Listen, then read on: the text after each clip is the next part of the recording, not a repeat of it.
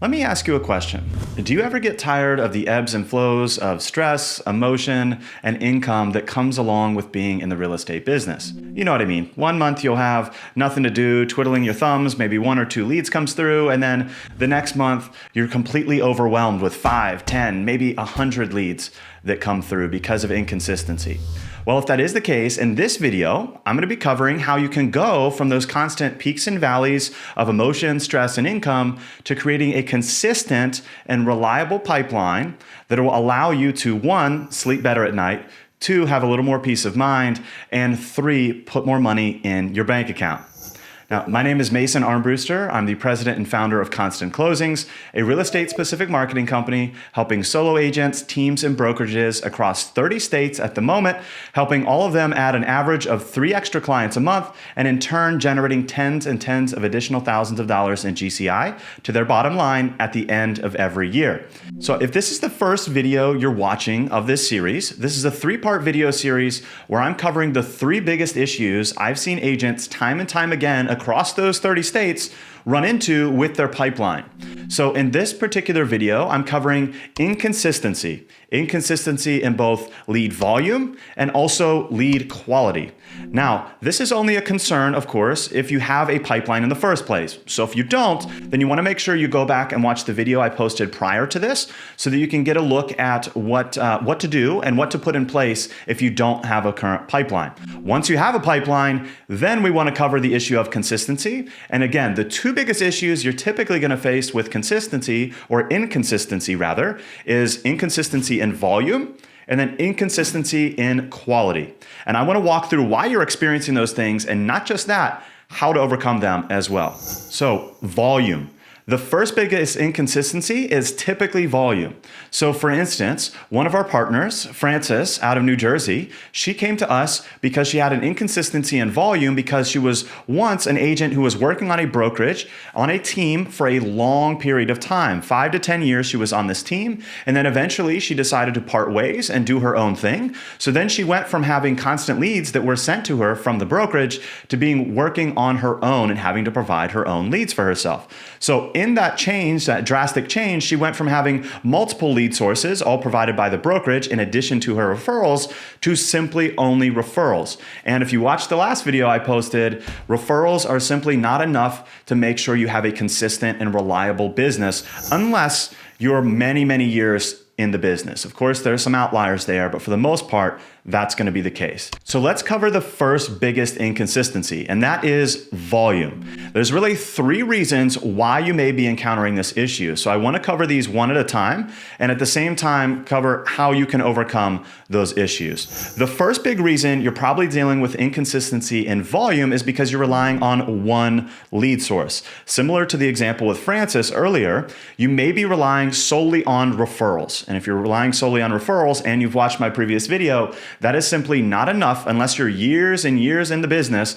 That is not enough to give you that consistency that you're looking for, to lower your stress levels and making sure you have the proper deal flow coming in. So if you're solely relying on referrals, or perhaps you're just relying on one source, meaning your brokerage supplying you those leads, that's also not going to be enough to make sure you have consistency in volume. So what you want to do to overcome this issue is, of course, put more systems in place. So again, if you haven't watched the last video, check that out. I would recommend you watch that because it'll go through things in more detail. But in that video, I walk through how you can put more lead systems in place. So if you only have one source, what I would recommend is either 1, go from just relying on that lead source from your brokerage or referrals, or generating a partnership with a lead generation company who is already well established, has good reviews, good content, and good case studies, and a good track record.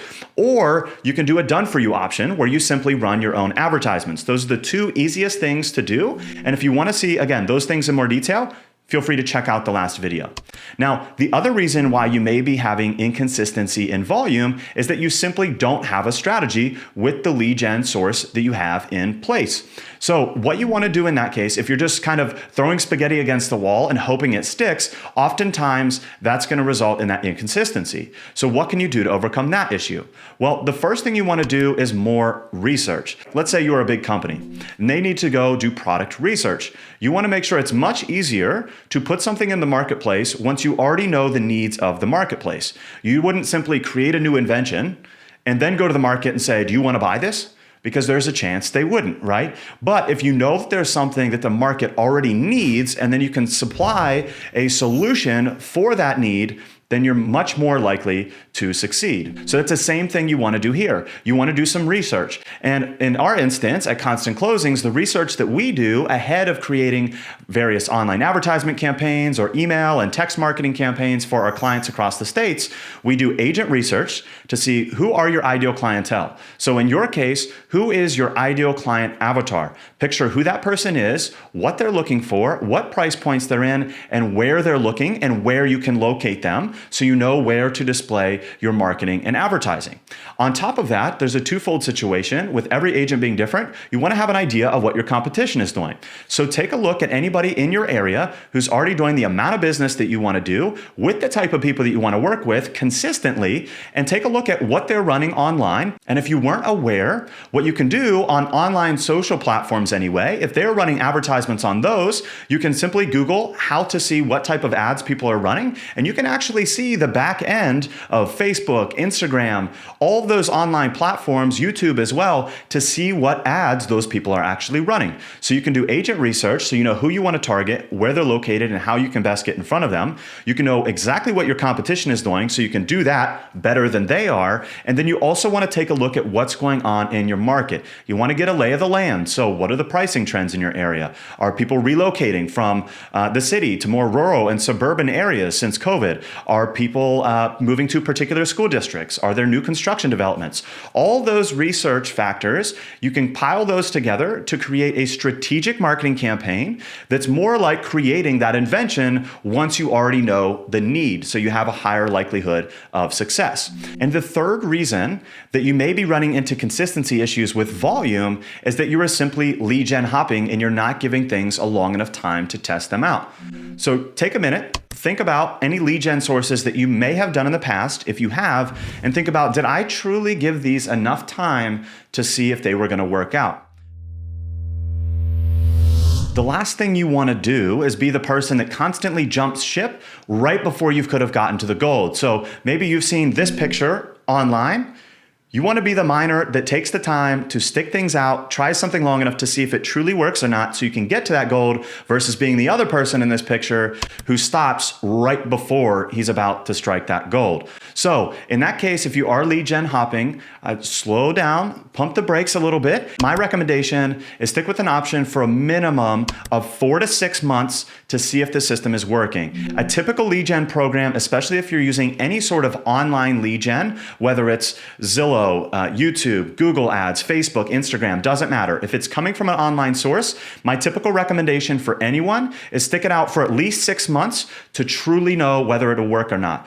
And in 6 months' time, you should be able to know for certain whether that lead gen source is actually providing consistent volume and actually getting you closings. If more than 6 months have passed and you haven't had any luck with conversations, closings, or near closings, or putting offers in, then at that point, you need to reevaluate. And then it's time to hop to the next lead gen source. That rounds us off for the volume issue and inconsistency in volume. Now let's talk about inconsistency in quality.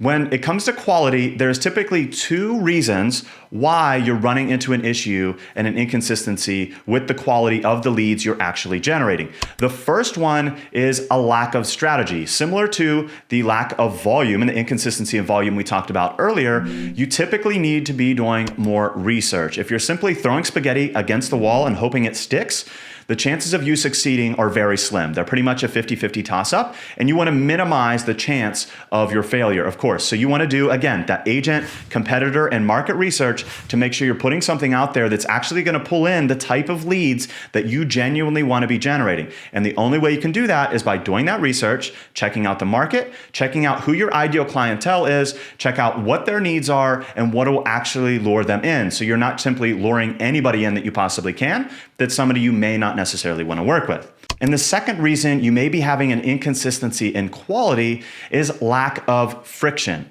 Think about it. If you are a lead who is online searching around, you never know. You could just be having a drink on the weekend. You want to see some pretty pictures of houses, or maybe you're just thinking of buying sometime in the future, or you're just curious maybe what's going on in the market. So you sit down, you find some pretty pictures of houses, and it's like, oh, submit your info here and we'll send that over to you. Well, if the only thing that's keeping that lead from getting to you is a click of a button and them inserting their name, how often do you think that person is going to be as highly qualified as you would like them to be? Probably pretty slim, right? So what you want to do if you're having inconsistency in quality is you need to add in purposeful friction. What I mean by that is adding in longer forms. So for instance, if you're running your own online advertisement campaigns, or you have a marketing agency doing it for you, have the leads start filling out forms that are longer than just name, phone number, and email, or just name and email. Because the more friction you have, the less likely people are to take out that time of their day to fill out the survey if they aren't as serious as you would like them to be. So that's the first thing that you can enact. You can put longer forms on the advertisements that you're running. Then the second thing you can do, if you had a longer form for those leads to fill out, after they put in their information, that longer form, and click a button, then you can put those people through long form surveys if you'd like. So for instance, you can ask all of the information in terms of timeline, budget, pre-approval status, if they're a buyer, a seller, if they're a seller, what their address is, when they're looking to move, what the features of their homes are. And all those type of surveys, again, are purposeful friction to add more friction to keep the people out that are looky-loos, tire kickers, and the people that are going to fill out the form as Peter Pan or Captain Hook. Say your prayers, Hook. I'll show you. Now, the other thing that you can do in terms of making sure you have higher quality and higher consistency of quality of leads is by using ISAs. If you're not familiar with ISAs, those are inside sales agents. These are people who are dedicated to man your phones. So as all of these leads come in from whatever source they're coming from, this dedicated sales agent will do all of the calling, texting, and emailing for you to filter out the qualified leads on the phone to make sure there's somebody that you would actually want to speak with. The great part about ISAs is it makes sure that you no longer have to be glued to your phone or your device, and they can do that for you. You can leverage their time and their effort. So on the back end of their work, you simply get highly filtered, qualified leads that you know meet your expectations because a real person has done that filtering for you.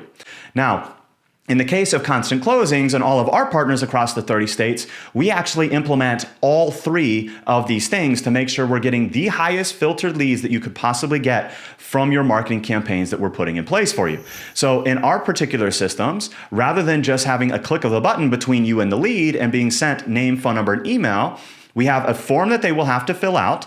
After they fill out that form and click that button, then they will come into a management platform that will screen out bad phone numbers, bad emails, and all of that junk. Then they go through mini surveys to find out who they are, what they're looking for, and how serious they are, to weed out all tire kickers and looky-loos. And then from there, we have the sales agents that will actually do all the calling, texting, and emailing for all of our clients to find the needles in the haystack that meet lead qualification standards our clients have gotten to choose. And then we create inbound live phone calls and appointments on their calendar for them so they don't have to do any of that extra work. They truly leverage us as much as possible. So you can do one of those three options if you're having issues with lead quality, or if you're interested, you can combine all three of those if you want to get the max effort out of your inconsistency in quality. So all said and done, to summarize, the two biggest issues you're going to see in terms of inconsistency is volume and quality. If it's a volume issue, you want to take a look at whether you're only using one source. Have you done the type of research that you should to put the proper strategy in place? And are you lead gen hopping? If you're having any issues, you need to put multiple sources in place. You need to do that market and agent research and that competitor research. And then you need to stick with an option at least for 6 months to make sure that it's actually producing results. 6 months should be plenty of time to see whether it's working or not. If it hasn't after 6 months, dump it, move on to the next one. Now, if you're having that inconsistency in quality, again, just to summarize, it's either a lack of strategy, which again, you need to do that agent, competitor, or market research to fix that issue, or you may have a lack of friction. And in that case, you want to either put in longer forms on your ads, or you want to implement some sort of mini survey to add more friction, or you want to have inside sales agents manning the phones for you as a real person to weed out all of the looky-loos and tire kickers and people that you wouldn't want to work with. Or in some cases, combine all three like we do for our clients.